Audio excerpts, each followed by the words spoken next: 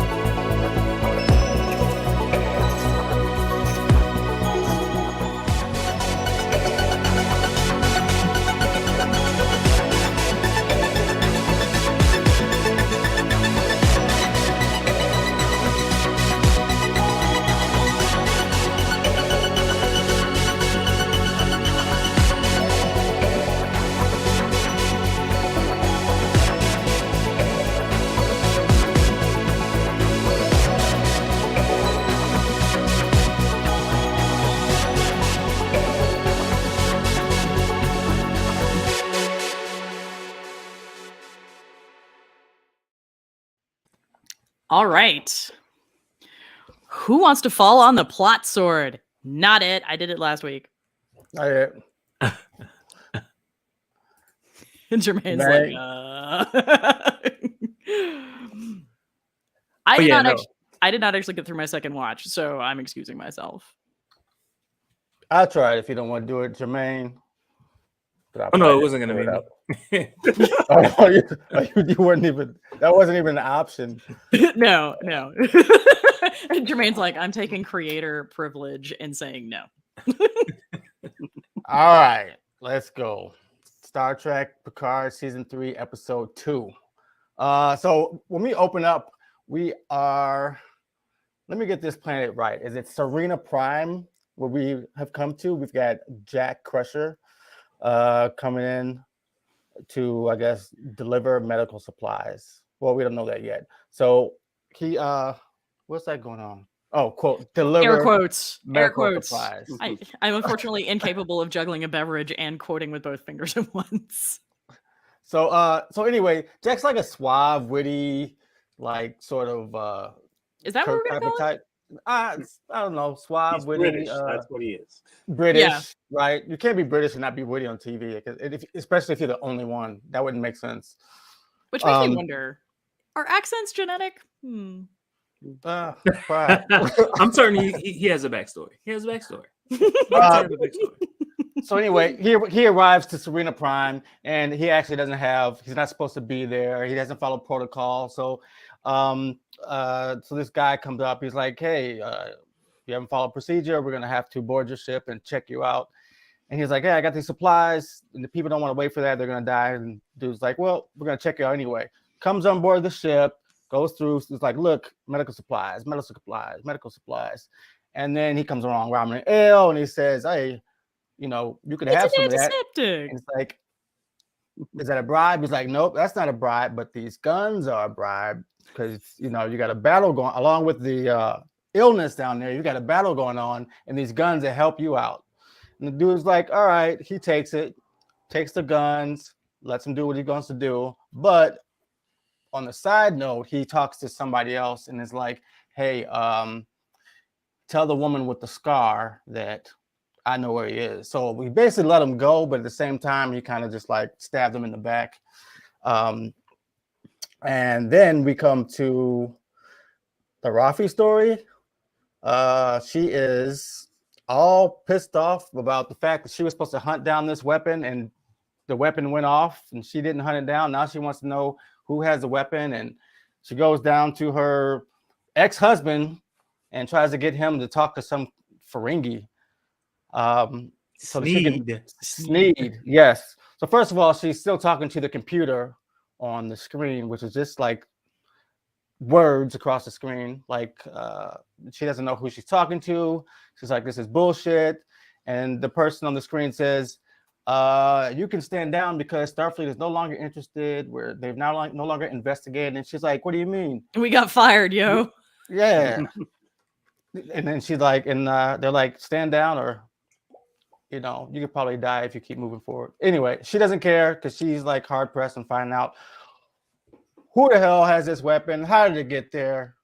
That's my job. She's gonna finish doing it. So she goes to see her ex-husband because he's an asshole and tells her how shitty she is. But meanwhile, he knows all sorts of like shitty people himself. Yeah, come on now. And so he's all over her ass about it. He's like, you left our son and you picked Starfleet over this and you did drugs. But I could hook you up with this really terrible person if you want. Or yeah, it's a big or I can put in a good word with you with your son, or I can hook you up with this guy Sneed that you want to talk to. Impossible. Like, impossible. Bro, you know what I'm gonna do. So we all know what she's gonna do. She's got to talk to Sneed because she's trying to save lives, basically, and figure this out. I'm sure they'll come back to that at some point in time. So meanwhile, 7 of 9, and what ship are they on? The Titan A. Titan A. 7 of 9 on the Titan A, and Captain Shaw, Picard, and Riker are at this closest nebula. She has obviously let them take the shuttlecraft down to this other ship. So they get down there and they find this guy down there. The ship only has one man on it, and it's got Beverly in a cryo sort of suspension tube because she's sick in some type of way. A refrigerator. It's a refrigerator. She's actually bleeding out. Well, she's been shot a lot. That's sick in some type of way, right? Sure. If there was the 1700s, that shit would get infected, but it's not. So she may be okay. So then this monstrous ship comes in and shoots him, and shoots at him, disables the ship. Picard pulls these transport inhibitors out of somewhere and just places them around. Did anybody else have that question? Like, I had these in my pocket. I'm like, you wear spandex, my man. Like, we would have seen that on your ass. Like, what? It'd have been awesome if you just reached behind Riker's ear and was like, Star Trek and him, transport inhibitor. There's one behind your ear. There's one behind your ears. Anyway, while they were talking, he replicated it. That's what happened. Maybe it just came out of nowhere. Anyway, I don't want to tell you where I had that watch. Yeah. Right. All day up there. I heard that. So they see that this ship tries to transport Jack. Is that the dude's name? He's got like 8 names. Jack Crusher. Yeah. Jack Crusher. And that's the only one they try to transport, but the transport inhibitor keeps them from doing that. Now Picard's like, now we know what they want. They want you. By the way, speaking of Jack, we have with us today Jarlis Carvel. The most creative of his nom de plume. Of his crew. I didn't make one I up. would say nom de guerre at this point, really. Yes. Not so much plume. I'll be he doesn't seem like Jonah Crevelis. Jonah Crevelis. How about that? I picked James Cole. Good one. I said Jay Cameron at first, but that's kind of too easy. Where are we at? Oh, they try to transport him. I mean, they try to transport him. So now they know that that's what they want, but they're still not firing. They're still not killing them. They're like, okay, what do they want? So then aboard the Titan, 7 of 9 is like all up Shaw's ass about, hey, we got to go save these dudes. They're legends. And Shaw's like, I got kind of a small ship. That's a big ship. We should just leave. And did anybody else sort of wonder if we were having a conversation about his penis at that point? Hey, No. You gotta No. I'm gonna say no for the three of us. But for this guy and this guy, they say no. Wow, I'm getting judged real hard tonight. Real hard. You said it. You didn't have to say it. Excuse me. I'm gonna be over here with my vodka. And then they actually end up transporting them to the ship.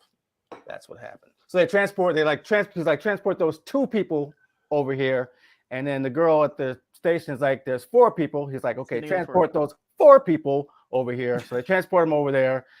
For some reason, Jack wants to shoot everybody in the transporter room because I guess he doesn't know where he is.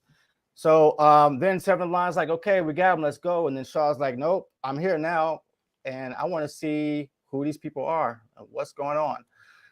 So they get a ship-to-ship communication, and this lady named I think Vedic, right?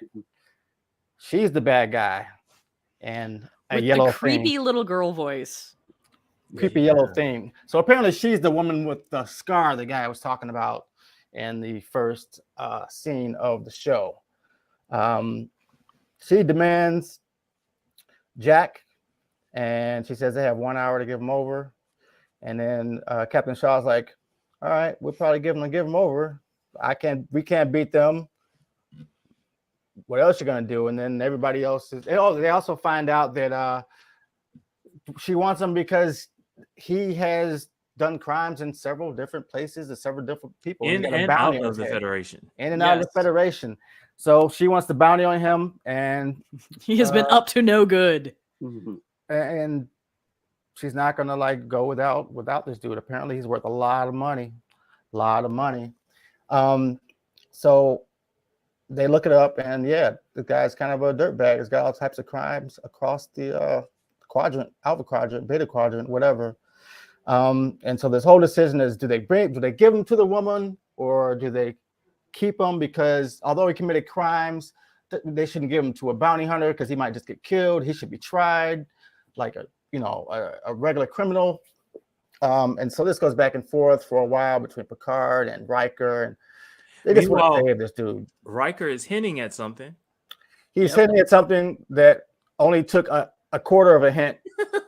Right? I mean, is it really hinting? Because I sort of feel like he's beating us with a clue bag, honestly. Well, I think he was trying to be delicate with Jean-Luc. You know what I'm saying? Like, come on, dude. I know you know it. I hope it was for the characters in the story and not for the people watching it to feel they belong.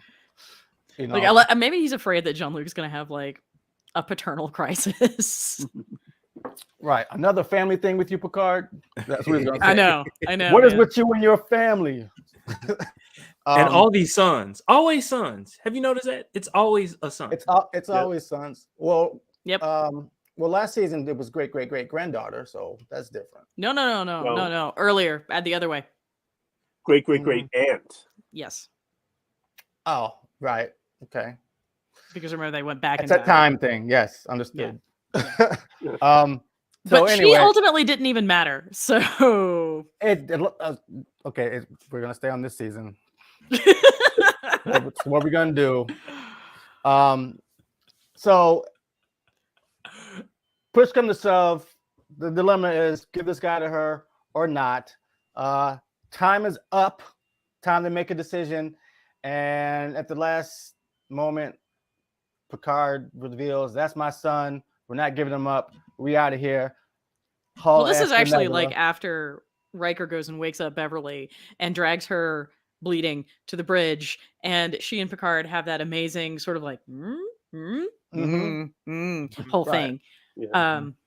I gotta tell you, like, was beautiful. I thought that was beautiful. It's kind of like it was akin to like knowing that someone has died, even though no one has said a word, but in reverse. Mm-hmm. I mean, I gotta tell you though, like if you were going to tell me that I have responsibility for another human being, I'm gonna need more than just a nod. I'm gonna need like an actual verbal confirmation.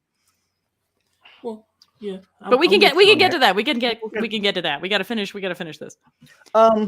I mean, we're pretty much done. At the end of the show is they haul ass. Oh no, we haven't. There's a big Rafi thing that we've missed. There's a Rafi thing, and there's also the fact that Vedic to just to show how serious she was. She takes a tractor beam to the Helios.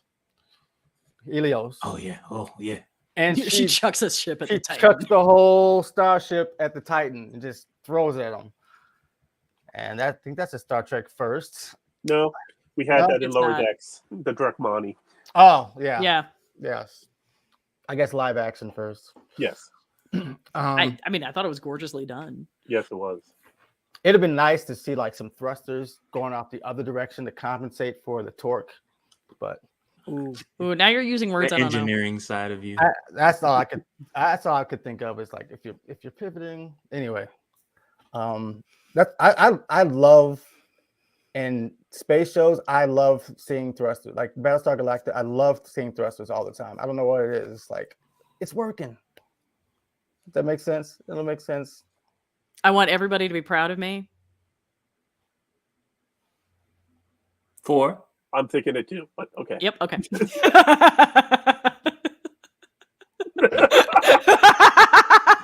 Something wrong with y'all. Okay, back to Raffi. Back to Raffi. Yeah, man. So Raffi ends up finding Sneed, and he's this big time. He's like a big dude in the back of the club type of guy, big time gangster in the back of the club with the who's really sharp. Mm-hmm. Really yes. But a lot of Ferengis are, aren't they? No, but I mean, like in addition to like his head was like really small for a Ferengi, right? Mm-hmm. Well, did you ever watch? I mean, did you ever watch 12 Monkeys? The movie or the the show?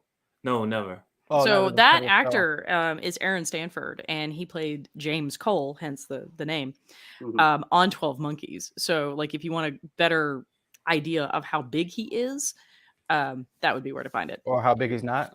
Or how big either way. Well, I think that Terry Matalas was showrunner of before Picard. So yes, he's bringing in all these people for that. Yes, I would have liked to have seen like a old Ferengi we've known for a long time, like who was the guy they always trying to get over on Quark? On Quark from back in his home. Brunt. Yes, yeah, Brunt. Like, that would have been it'd great. be better if it was his cousin Galen. Yes, actually. Moon. Yes. Anyway, she tries to tell him. Did we do the whole story for that? So she says, "Hey, I work for this guy, Talos. What's his name? Toluca." And he doesn't believe her, and he gives her a truth serum, which apparently she kind of passes because she's an ex-drug addict, and she's able to say it again, and then she stabs him, and then the 3 seconds that pass, for some reason she wasn't killed. Worf comes in and just kills everybody in the room and pulls her out. Extremely badass. Mm-hmm. Just right. It's like moves I've never seen before from Worf. And what about the gray he was sporting? Oh yeah, it's good. Wonderful. It's good. Right? I was picturing him doing that same thing, but like with the moves from from. I mean, I never thought I would say Daddy Worf like, in a good context. I never did. What'd you say, Marie? I said I never thought I would say Daddy Worf in like a good context, and yet. Okay. I wanted to see his classic though. Bottom of the hand to the chin. Oh god! They used to always do that. They're going to do it because he cut off all their heads. So right. Well, with an oversized mechleth, which I think is actually new, and I think it's like a kitleth, something yeah, it's like got that a different name to it. Yeah. Anyway, he also killed Sneed, so no more Sneed. So I don't know if she's gonna find out what she was trying to find out, because I mean, we clearly know that Toluca is no longer in the picture because Sneed grabs his body. Yeah, but I figured because he had it stashed. Would have information right there. He wanted. Like why? Why is it there? Why'd you keep it there? Like for what purpose? I have so many questions, y'all. I have so many questions. Potpourri. It's potpourri. Yeah. Mm-hmm. He's turned it into a piggy bank. Where he keeps his platinum. Yep. Y'all, this is today's show is kind of going off the rails. As opposed to every other episode. Valid point. I guess, but at the end, the Titan gets away from the other ship by diving into the nebula, which always is it's always nice to have a nebula like right next to you if you get into a conflict and you just dive in that. With sensor blocking capability. Sensor blocking, communications blocking. Mm-hmm. You know, I hope they know 3-dimensional tactics and not 2-dimensional tactics. That definitely reminded me of Next Generation. I mean, how often did that happen in Next Generation? Like all the time. Exactly. It happened all the time. It happened in every show. It's I mean, the motion picture. Not yes. It was Rathacon mainly. Rathacon, yeah, it was Rathacon. But I mean, but Jason's also got a point though. Like, I mean, that's a Strange New Worlds thing now. Yeah. Yep. Yeah. And then we go to Memento Mori. Yeah, the episode. Mm-hmm. Then we go to the credits, which has music from 3 or 4 different Star Trek places. Yeah. There's definitely Star Trek Next Generation. There's definitely a Star Trek from the one of the movies. Yeah, First Contact. It's mostly for like I think all of that actually got replaced, right? Like we talked about this last episode, where it's almost all First Contact music now. Yep. Have you noticed how they got rid of the intro? Well, yeah. Well, they did that last week, and I thought that the credits at the end were going to end up being the front credits, like they did with Prodigy with the first episode. But no, they keep on doing just the title card, episode, show title card, episode title card, and that's it. Mm. Which is actually kind of similar what they did to the final season of Clone Wars, Star Wars Clone Wars season 8, when they got to the final episodes leading up to where it was happening at the same time as episode 3. They went to just a title card at the beginning. I'm gonna nod and smile because that's the wrong franchise. I know it is, but there's a similarity, and I noticed. Well, because people are, wanting to see, first of all, credits less and less. Second of all, it was Picard's intro is very just like slow and calm. And I think they're trying to be just a little more upbeat. Like if you listen to a lot of music nowadays, a lot of times the chorus will come in first now instead of like in the second measure, just to swing people along quicker. And also when you watch movies, they just dive in with some hardcore, like this episode starts with music, like ship comes in and there's like fast-paced music on, and people are addicted to that sort of thing these days. I mean, in a minute, y'all, like Jason's gonna tell us all to get off his lawn. These days, those kids, man. those kids don't know how shows supposed to start. I mean, my God, we're all in our 40s. Calm down. Calm down. I'm not there yet. I refuse to be there. So do we want to talk about like the fun sort of like little Easter eggs sprinkled through first, or do we want to go and talk a little bit about the revelations and what we think is going to happen? I leave it up to you. I mean, we talk about it. I have a question about. I'm just interested in the relationship between Shaw and 7 of 9, like as captain and first officer. Like this, Riker and Picard, out of the picture or whatever. Like just their relationship. Hold up, wait a minute. Best moment when Scar, I don't remember her name. When Vadic basically said that she had read his psych profile and his face was like she knew his name from before they even opened. Right. Like, I mean, that was a little interesting. Also, I love that she can pronounce Jean-Luc's name better than he can. Oh yeah, she really stressed that R. Jean-Luc Picard. All right, boo. That is not how we do it in France.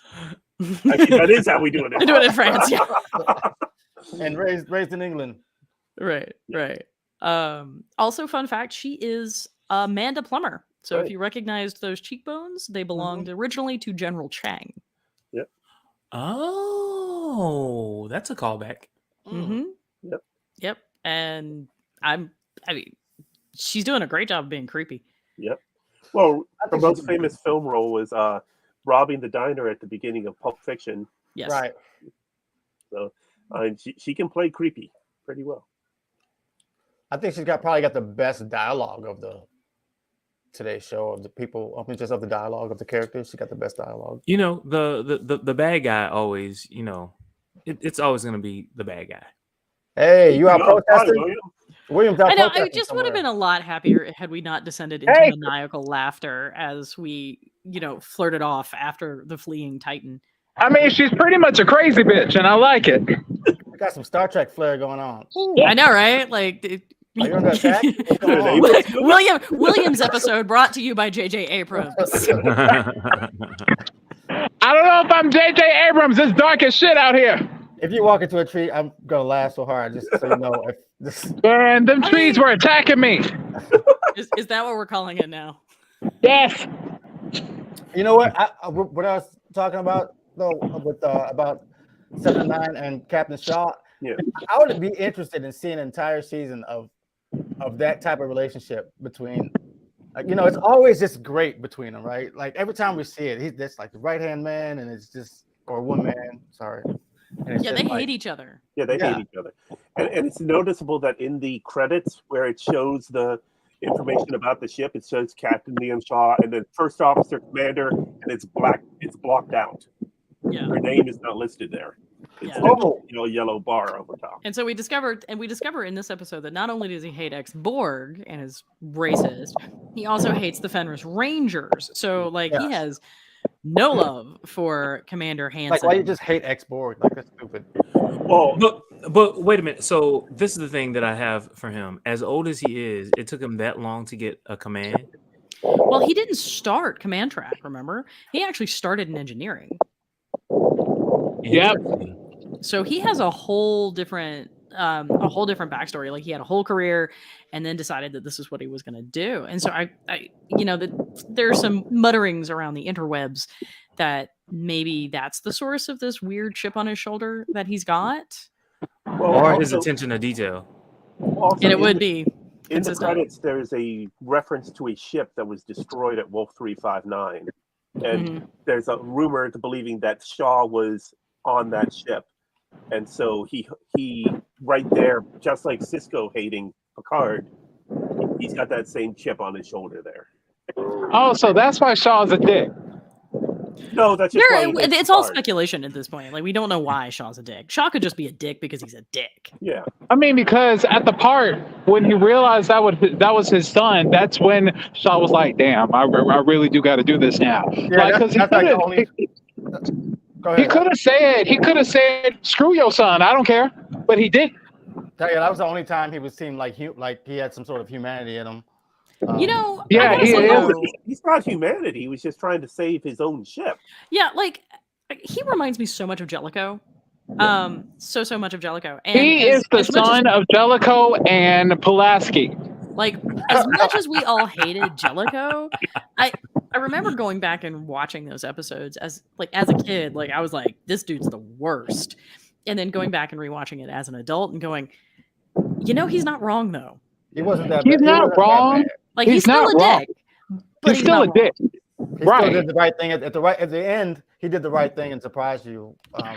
I mean, maybe Shaw read too deeply into the Voyager logs and be like, we are outside of Federation space. I am not finna do what Janeway did. Well, I hope you get to where you're going. I'm walking home. By the way, I do have a question about the end of season 2 in Picard. Did they? I thought that it was just going to be like a little kept secret that he was not human. I think that's exactly meant to be a secret, and this is really Vadic flexing how much information she has. Because it's been 2 years at this point. Yeah, right? There's a handful of people who know.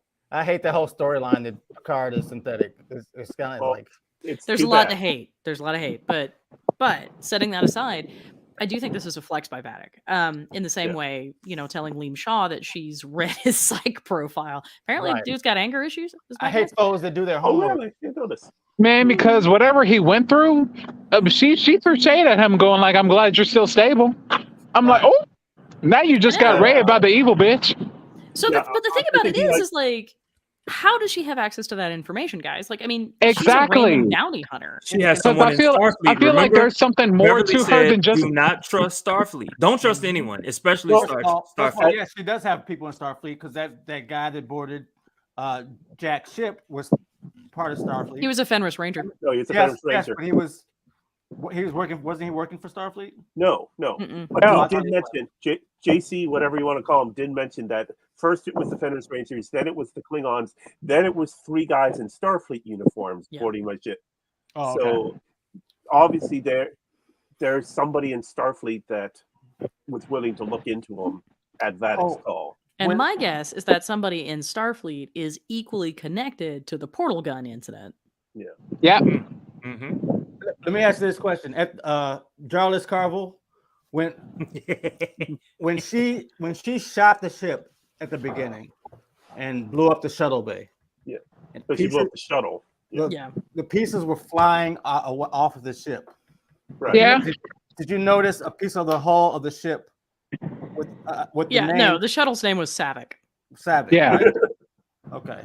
Yeah, no, you weren't wrong. I actually had to go back and watch that Well, and then verify on Memory Alpha. was the very first Titan captain. When they went into the observation deck, they had the 3 Titans there. Mm-hmm. You had the original Titan, which was Captain Savick's ship, and was from it came from B canon, and now it's being considered A canon. It was the flagship of the Federation after the Enterprise A was decommissioned. But that wasn't the Titan. I thought first of all, his ship was the Elos. The Elios. So the ship that they were on is the ship that was destroyed ultimately was the Elios. But like the Savick actually came off of the Titan A and is a reference back to the original Titan. It was the shuttle, yeah. Yeah. It was the which is not the Elios. Shuttle. It was the shuttle from the Titan. Okay. Yeah.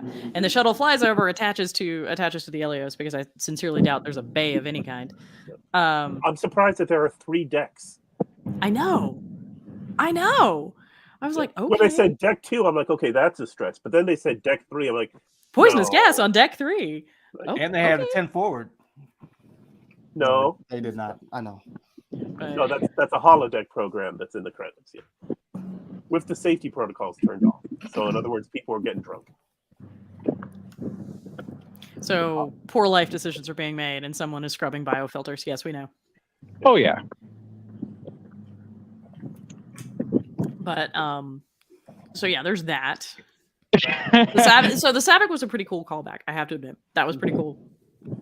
Amanda Plummer is herself a callback, and so I thought that was pretty neat.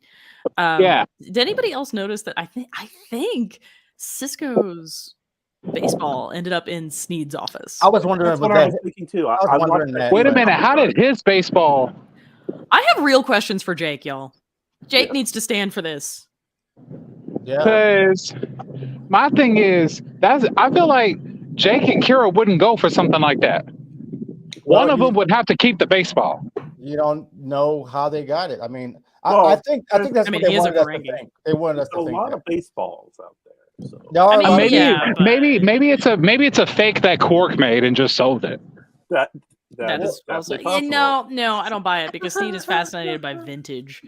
Yeah, he loves vintage. Yeah. Yeah. So anyway, I just sort of saw that and I was like, Jakey boy, we need to have a chat. It's like, because it's like they did say that we would get tie-ins to Voyager and Deep Space Nine, so maybe we'll get that answer. Who knows? I'm going to need that tie-in to be more than the baseball. Yeah. Well, it's got to be a lot more than the baseball. Well, considering who we saw first time in this episode is going to have tie-in with Worf joining. By the way, can we? I know y'all probably mentioned this, but can we talk about how it is finally good to see an actual Klingon slice the fuck out of somebody? That was pretty awesome. I was like that was the best Klingon intro I have ever seen. I've been waiting. I gotta say, there's one part of it that really bugged me. Yeah. And this is very random because I realize this is a made-up sword for Space Alien, but like, he doesn't wipe it off before he sticks it in the scabbard. I mean, good bad for your point. blade. Would a Klingon really do that though? You know what I'm saying? Yes, Like, it's bad for your care? blade. I mean, I feel that. I'm just happy to see a Ferengi decapitated. That's all. Considering he just used it to take off the head of the I laughed so hard. I screamed. And we all knew it was war. Yeah. But Oh yeah. Yeah, like zero surprise there. But I really loved like the whole, we have that amazing sort of action sequence where like work takes care of business, and then he picks up Raffi and is like, I told you to disengage. And I was like, that. And I'm sitting here going like, now I know that was a joke when you said I am more what's it called? Passive? He said passive something. But just think about like he made a joke in the trailer saying he doesn't use violence as much anymore. Yeah. And I'm sitting here going like, clearly your jokes have improved. Like, well done. Yeah. But it was really good to hear his voice. He got his ass handed to him like in the first 3 or 4 seasons, and how bad and simply he got like whooped. Well, now apparently we are getting all the apology for that, and well, it's just like the action is better. I mean, I hate to mention it, but like if you look at stuff like Obi-Wan Kenobi and whatever, like my brother watched it and he's like, "You're gonna fucking love this shit, man!" Like when you see the action that we have now and the action we had back then. Well, the production values. The production values are intense. Yeah. Because we're now in an era of prestige TV, and the Star Trek. I mean, let's look at it this way: Star Trek really is the flagship production for Paramount Plus. Yep. Yeah. So I think that has a lot to do with it. Whereas it's not the Next Generation was a popular show in the 90s, but it wasn't. It wasn't the flagship. Right. So they ended up having like weird budgeting issues, which is why everybody wore upholstery. They should redo Kirk versus Gorn fight modern day. Yeah, like they did that in a commercial, I think. The commercial was funny. That was a funny. Yeah, the commercial was pretty good.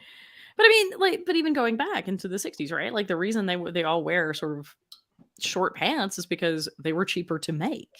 Right. Because there was less fabric. That's why they have those crazy short pants. And but I always wondered that about the fighting, because even in the 70s, you had like decent martial arts movie like with Bruce Lee and stuff who had better fight scenes than we had. But that's exactly the problem, is that it was Bruce Lee, and Bruce Lee was too Asian for Hollywood at that point. Yeah. And plus, Shatner can only do so many moves, so he's got his Kirk Fu, and he's going to stick with that. He can't do too many moves without messing up his hair. But he has a stunt double that's as bad as he is. Kirk has a stunt double. No, I really think that they were legitimately. His stunt double was clearly not him for like a whole minute. It's not William Shatner at all. But American audiences, while there was a tremendously thriving Hong Kong and mainland China kung fu like tradition, none of that existed in the United States. Because as evidenced by the fact that every movie that Bruce Lee tried to make in the United States did not do well, because American audiences weren't ready for it. And about the same time the original series was on, what was Bruce Lee doing? He was on the Green Hornet. The Green Hornet, which is the closest to a success as he actually saw in his American career. Mm. Okay. So I think that had something to do with it. And I think also, again, I don't know that they really had a budget for a fight coordinator. No. In the Next Generation. Like, I just don't think that was Gene Roddenberry, just like Roddenberry wouldn't want it. He wouldn't want them fighting by the time of the Next Generation. So not each other, but they would fight somebody. Well, no, he didn't want them fighting, period. He wanted them to always go for diplomacy, he felt like now 100 years after Kirk, that even more so. We should have gotten that sorted out of our system, and yet. That doesn't mean same script, different cast. That doesn't mean the other people got it out their system. Gene Roddenberry liked to think better of humans, and we keep letting him down. Well, Let's But just then, ship of his course, ass he in let the a lot of face. other people. That's a whole conversation. That is That's a whole conversation. I already knew what Marie was thinking as soon as she said that. I'm gonna say, baby, that's a whole FTP episode right there. right. We need to do that. The other thing I kind of want to talk a little bit about Beverly in this episode. Oh my god! Real quick, that was my favorite scene. I cried so hard. I cried. I was like, see, you didn't have to say a word. You didn't have to open your mouth. Your eyes just gave it away. And I was like, and now we all knew, kinda, but it was just the way she delivered it. And I'm like, come on, Gates McFadden, I see you on that delivery. You did that. Yeah, what we know is that Picard owes 100,000 bars of gold plus platinum and back child support. but I really, I mean, she right here is the crux of that whole story arc, right? Because she's the only one who knows. That's the reason why she left. Wait, right? Did you think he did not know? No, there's no way he would know. By Jack, by he, do you mean Jack Crusher? Exactly. Right. I think Jack Crusher knows. Yeah, and I think he knew. I think he knows. No, and I think my bad. My bad. I was talking about Picard. There was like no way that Picard knew, but like Jack. Oh yeah, because Jack was pissed at him. Like, I never had one, and Picard's like, "Bro, I'm gonna need you to dial that down a little." You're like, dude, I'm 90 and I just met you. Right. Beverly's husband was named Jack, right? Right. Yes, Right. which is kind of an interesting move. But I have so many questions about how this occurred, because you cannot convince me that a doctor in Starfleet in the far-flung future gets pregnant by accident. Wait, it said this took place sometime after Nemesis, I think. No, but she's saying he's too old for it to have taken place after Nemesis. He looked like he was in his 20s though. Nah, No. he looks like My he's dude. 30. Yeah, I think he's playing the as if he's in his 20s, because When really he's like 35, which would place it at the end of All Good Things, right before Generations. in Right? Ready Room, they kept season. saying in his 20s. So like, when did they do it? And I think that's what Marie is trying to say. At least I think that's what she's trying to say. Right. I'm not certain that they actually had sex to create. Nah, I mean, because Shaw said it. We can't go around going around saving your ex-girlfriend, so everyone knows they were together. Yeah, no, and there's a legit reference to Lovers by Laris. And while he says, well, it didn't quite work out, that doesn't necessarily mean they weren't up to shenanigans. But again, I say, like, we're not in a situation anymore, or at least the technology shouldn't put us in a situation anymore where we have this oops type moment. So the question becomes like, what's the point? Like, why is this the decision that was made? And then why was the decision taken to exclude Jean-Luc from... The writers just didn't take that into account. Well, we had it in the final season of Deep Space Nine, where it was Ben Sisko that did not take his injection, which caused Cassidy to get pregnant. It was on him to take. Right, because they have a type of birth control for men at that point. Let's be real. Cassidy is also a freighter captain, so she's literally a freelancer, right? Yeah. So she may or may not have access. She is not going to have access to the same medical supplies that Gates McFadden as Beverly Crusher would have. Right. That's right. I think it's Beverly Crusher was the chief medical officer on the fleet flagship. You cannot tell me that she would have doubled up on that shit. And not to mention she was the head. Not to mention she was the head of Starfleet Medical twice. I gotta tell you, I would have doubled up on that shit. Which means to name the son that you had with your. Which is a whole other exactly. Yeah, I mean that's a whole other thing because Picard and Jack were best friends, and he was ashamed to. Right, and he was ashamed to love Beverly because they were best friends. They didn't really do anything until after season 7, you know? That we know of. I'm not chasing that further. I'm showing personal growth by not chasing that down. I'm proud of you. Thank you. One thing that I found interesting was going to that specific scene. This is in the first episode. in Next Generation, when you panned across her desk, you saw that Beverly had an award from that she's an honorary citizen of the planet Corli 5 for having cured a plague there. That was a reference to the season 3 episode Allegiance. Yes. In which it was a piece of information that gave away to Picard that the cadet he was talking to wasn't actually a cadet. Well, that episode ended with him getting back to the ship and having nonverbal communication with his crew to capture the aliens that were playing this trick on them. So having the nonverbal communication there with Beverly shows that a continuation of that. And I find it interesting that a relatively obscure episode, Next Generation, has references in 2 episodes to start this season. Mm-hmm. Well, I don't know. I don't necessarily know that was a specific callback. Although I like the parallelism there, but I really think that was just a moment where Riker knew that Beverly's the only one who was going to be able to answer that question. He drags her up to the bridge, somewhat literally. And, that's the question that everybody has had is, who is this kid's father? Are there no DNA tests in the future? I'm wondering why they didn't just look, it's like they don't have a DNA profile on the guy right away. They just met him. I mean, to be fair. Have the profile. You have but they have him. They have him. And they have Crusher's medical records on file. Is he going to give permission for them to take a DNA sample to do a test? I don't think you need permission if you're taken into custody. I don't think you need permission. They have his transporter profile. I mean, but that's not the same as a blood sample. Yeah. Actually, fun fact. No.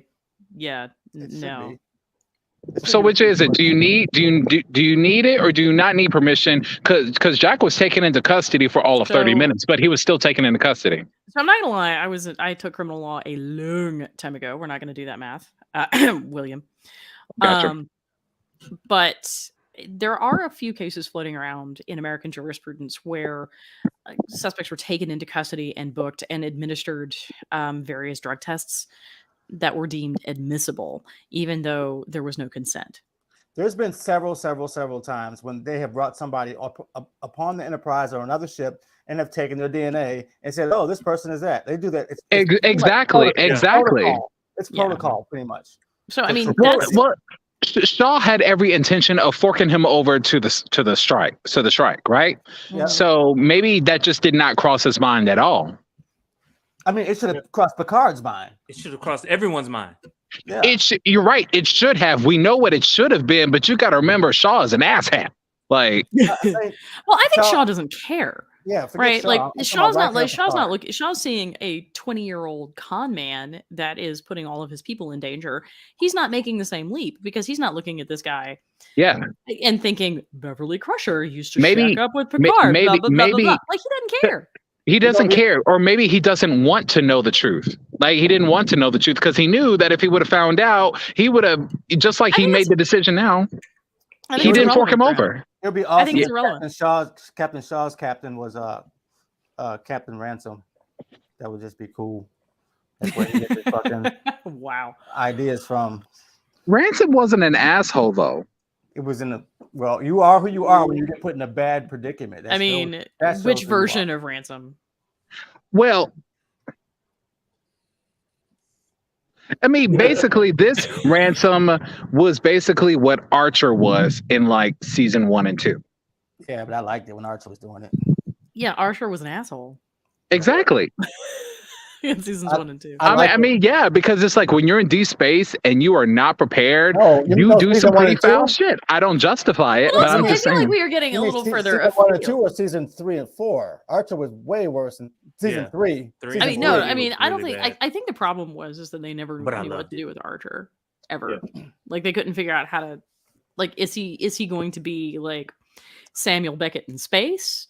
Or is he going to be something different? And they tried different, and it just didn't work. I thought it worked. I liked his arc and the way he changed over time, and made it because no other captain changes through the seasons. They're all pretty much the same. I would argue that Cisco does. Cisco did change. Cisco does. Cisco has a pretty legit arc. Yep. Cisco changed as much as his hair changed. And his goatee.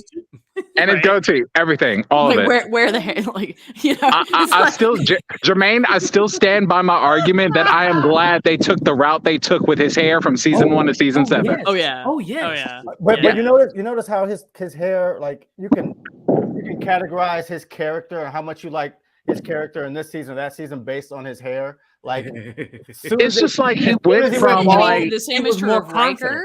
The Yes. same is true Yes. of Worf. Like once we got the final form of Worf's hair. oh my god, the final form of Worf is like the final boss. He's like so badass. I told you not to pursue. And so apparently he's rocking the same hairstyle. So clearly he has realized what works for him and he's just sticking with it. I approve. Right. I approve Worf. Do not change. I'm gonna say Worf is a badass, and I just want to know what his ship was. That's what I want to know. I want to know now. It may have been the Enterprise. The only time the hair change did not improve a character was actually Geordi LaForge's beard. Oh thing. God. Yeah. Because he had a beard for all of like 2 episodes, and then it was for his wedding. Oh, that was for his wedding. Yeah, that was for LeVar Burton's wedding. Yeah. Oh, bless his heart. Okay. I mean, because, and I mean that in the most southern way, because I feel like they made a joke towards that when they gave Data a beard.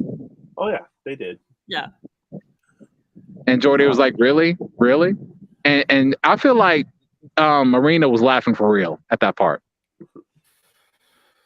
Now, I liked Geordi's beard, and I wanted it to stick.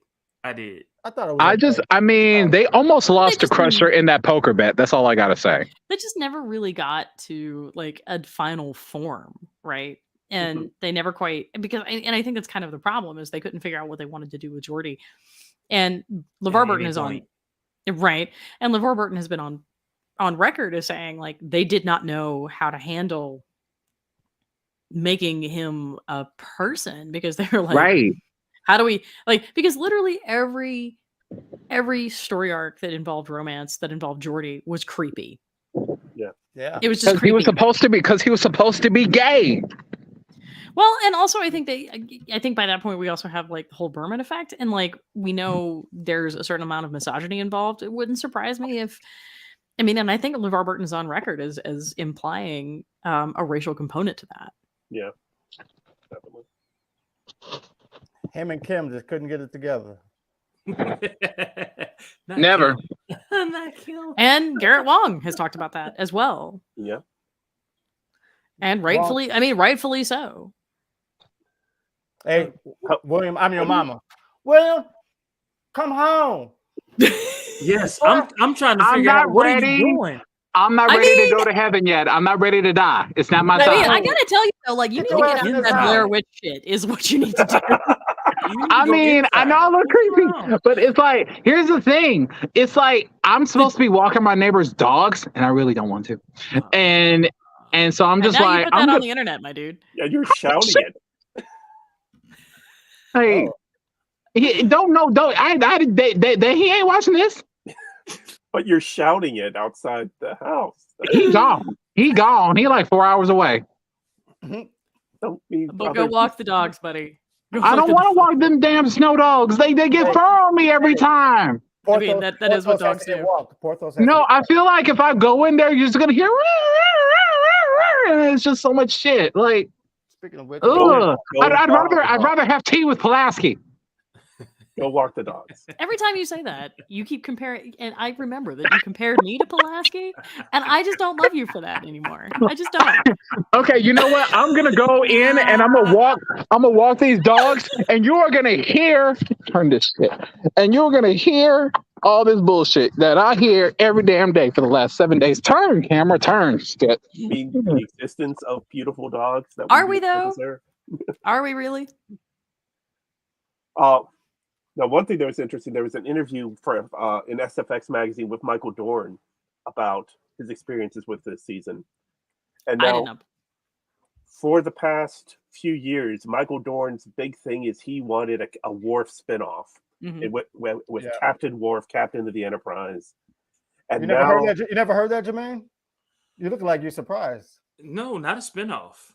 Oh, no, that was a his own full show. He's on his own show for yeah, that was a full thing, and he'd Yeah. been talking 10 about years. hinting at Captain Worf forever. like at least 10 years. Yeah, when they started talking about having a new series, when they were rumbling about Discovery, he was like barking at Paramount's door, Captain Worf. And now we get Captain Worf, but it's not as he wanted it. And he's saying he loves it so much better now because what he wanted to do was just have some of the same type of adventures, just with his way of doing it. But Maybe now, he will be a captain in Section 31 because you heard the reference to Section 31 We in did. today's Right. episode. But in the interview, he pointed out that now he feels he is Starfleet's version of John Wick, and he loves it. Oh, nice. I mean, I know he's yeah. like, why don't you guys want a Worf series? I'm the one who has to put the damn makeup on every fucking day. Yep, 4 hours every day. Yeah. Right. But again, I say the Snow White hair is pretty legit. And plus the It's a good musical look. cue. The musical cue. They Mhm. use the music from the motion picture. The Klingon music. Right, Yes, but not yes. the Klingon music they use so many other times with him, but the actual motion picture Klingon Yes. music, Yes. which is so much harder and so much deeper. And I mean, speaking of Plumber, Yes, Yeah. they use Plummer's music. They also used a original series music at the beginning. I think, like when the ship first came in, it was when the I gotta rewatch it. Watch just like the very first 10 minutes. It's like it's a play on. It's almost the music when I thought that those were the beats that was more like Search for Spock, some from that soundtrack, You because think it was Search for they're Spock? pulling from all the movies mainly. right, which I think is cool. I don't need them to create more music, new music. so do we think there's something up with Jack Crusher though? Oh, definitely. In that, because I think right, like he's constantly, when he's talking to Picard, he's constantly downplaying like the shenanigans he's been up to, and Picard's like, yeah, but there's something floating around in the background about to make you worth all of this effort. Yeah. So I'm mad that two things. First of all, since they have Jack Crusher in here, I think Wesley Crusher should be in this series somewhere. I think yet he's not. It would make a lot of sense. Second of all, do you believe that what's her name, Beverly, was this renegade medical giver for the past 10, I can 15, see 20 that. years? Yeah, absolutely. Like that, Yeah. that does not shock me. Breaking Or- laws, yeah. Yeah. breaking laws. There was Look, another episode. Oh, I'm sorry. There was this one episode where she basically had to control the Enterprise, and I was in love with her character. That one episode where she had to save the day, she had to use her command skills, and she also had to use the fact that she was a doctor, and she saved the day. I loved it. I loved. Oh yeah, that was that Borg every episode, right? facet. Descent Part 1 and 2, the end Mhm. of season 6, beginning of season 7. Yep. I loved every aspect of that episode. It was groundbreaking almost in terms of Star Trek. Sometimes you wonder, like, how can they just take a person who's a doctor and then just put them in the command and expect them to do well? But there is one thing that, like, she's been learning that from Picard like the whole time. Well, right?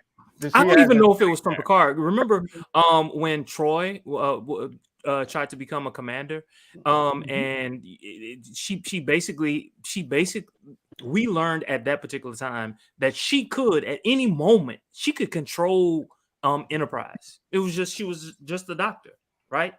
Yeah. But I mean, we'd seen some vaguely rebellious elements to Beverly previously, right? Like, does anybody remember the Higher Ground? Yeah.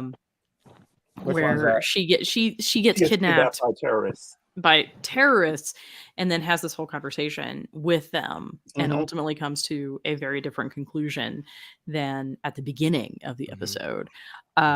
Is that the episode where she had to figure out how the scientist died and the scientist ended up being the bad guy? No. That when they flew into the sun? No. No. That was the Ferengi thing. Do you remember that episode title, Keith? I don't. Going into the sun. I'm like, No. The Ferengi scientist had created Dr. Rega and Dr. Rega, and Dr. Rega gets murdered, and this other scientist got murdered previously and was faking his death. Right. I hate that I can't think of it. Accusations, was it? Something like that. And you know, I like it because Crusher took matters into her own hands. And I'm not trying to take anything away from Beverly, but when I saw her, I didn't really see her. I saw Vash. Because because I'm going like, I mean, I'm glad it's you, but it's like I can't help but like, wait, and this is your son? And this is how he turned out? Why do I feel like Vash raised him? It's just me though. Right. That seemed like that would make a lot of sense, you know, if as far as, but I mean, now I understand that, you know, Gates McFadden went through hell and back with TNG, and I get that, but it's like, as much as I love how Crusher turned out, it makes me feel like, no, this seems like something Vash would do, not necessarily Crusher. I really think that Crusher possibly should have smacked Jack at least once, like for the throwaway line when he's like, you know, when he's talking about all the people who have reason to, you know, want him, you know, like in bounty hunter terms. And he's like, and fathers of daughters everywhere. And I'm like, all right, dude. I mean, yeah, because she slapped the hell out of Wesley. I mean, that dude needed a smack at that point. This is Star Trek. All right, this is Star Trek. To me, that's a Beverly thing. Yeah. I want to see Moriarty. Speaking of, he's coming. He's a hidden program that they're going to turn on to get the bad guys off the ship. Barclay's going to turn him into a hologram. Barclay's going to find him. The fourth episode that he's supposed to be in. So. The fourth episode, that's when we're going to see him? Yeah. Because he's supposed to come on all of one time. Yes, just one episode, yes. Yeah, but I'm still excited about that episode. Like, I'm not even going to lie. Like, so excited because he was such a great character. And hopefully we'll get to see some sort of closure or resolution with him. But he also said this isn't the same Moriarty we saw in TNG. So it's good. Party. I'm surprised. More compassionate. Alive. How old is Maybe. He's not that old. He's younger than Sir Patrick Stewart is. Right. Oh, he is? Okay. Well, there you go. All I can think of is that it's Niles from The Nanny. and that the actor's from Arkansas. Yay. Well, look, that's how great of an actor he was that you can't, you know what I'm saying? He seemed more British than the actual British guy. Right. I'm going like, dude, you're from Arkansas. What the fuck? So, all right, we have hit the hour mark, guys. There's a lot to talk about. We've set up some pretty interesting reveals. We've got more questions that we're hoping will be answered in the rest of the series. So, did we like it? Yeah. Oh, absolutely. I love it. 9 out of 10. Solid 8 for me. I liked it better than the first episode. I feel like I got more out of it. More was happening. Making more connections between the characters and what's going on and what's coming up. I think Disengage did a really good job of striking a balance between revelations and setting up more questions, which is a difficult balance really to manage well. Even though Worf was not a surprise. Yeah. It was more... It was a surprise. At that moment, it was a surprise to me. I mean, it was an entrance, baby. That was an entrance. Right. I think that's true. I also think it did Disengage really mastered the not the what's going to happen question, but focusing rather on the how is this going to happen question. Right. Well, I think that was a good choice. What does disengage mean in the show, in the episode? I mean, that's what Worf said. Yeah, like let go, like let go. Yeah. Let it be, Raffi. Let it be. But we all know Raffi is incapable of doing that. And I really hope that Raffi recovers because that was really hard for her. Yeah, once again, Raffi is the only one that knows the truth, and all of Starfleet's trying to shut her down. Which means we have a lot more to the story than they're letting on. Except that, I mean, the problem is that like Raffi has these paranoid tendencies, and yet she continues to be right, and that's kind of like a thing. Yeah. Because I mean, her ex-husband has a point. Yeah. And I mean, her ex-husband has a point. But Marie, let me ask you, because Raffi really seems to be right in this storyline. Is it that they're just not listening to her because of what? Like, she's a crackhead. She's been clean for like the last 5 years. I think that, but I'm not even sure that any of that conversation got to Starfleet. I think Starfleet. Really? I think my understanding is that Starfleet quashed the investigation as soon as the portal gun was deployed, and that got filtered down to Worf, which got filtered down to Raffi. Right. And so I suspect Worf also is smelling something rotten in the state of Starfleet. Right. I think Worf should have grabbed her money off that table and grabbed Cisco's baseball. He should have known. Also valid.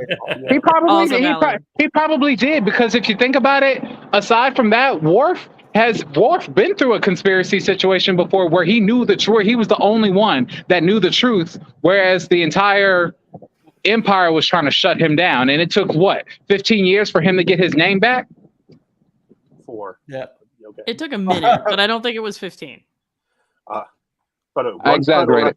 These dogs are trying to trip me. They actually managed to wrap around my legs and got the rope like literally around. I'm not even kidding. Get off of me. What the fuck? You're bad at controlling the animals.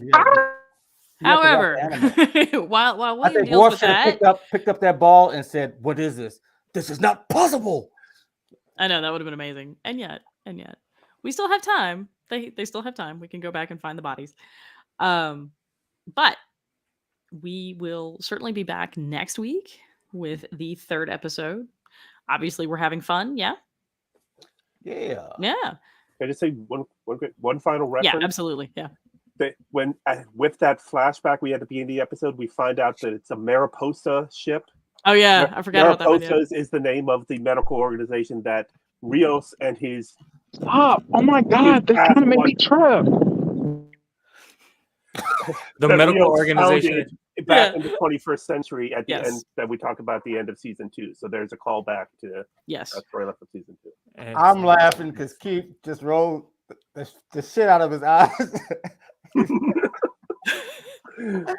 I was like, maybe Will's okay. No, Will's not okay. So, all right, guys. Same bat time, same bat channel next week. Yeah. All right. I feel like it might be bean footage time, guys. Too many lights in that.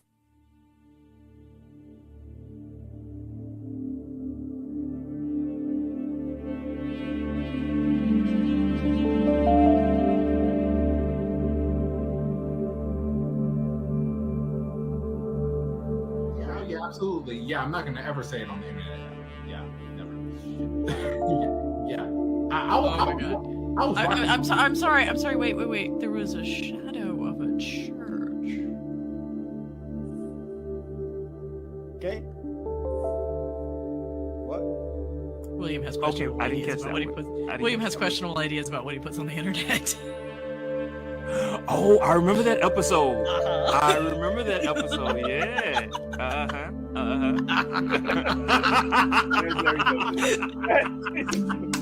Wait. What?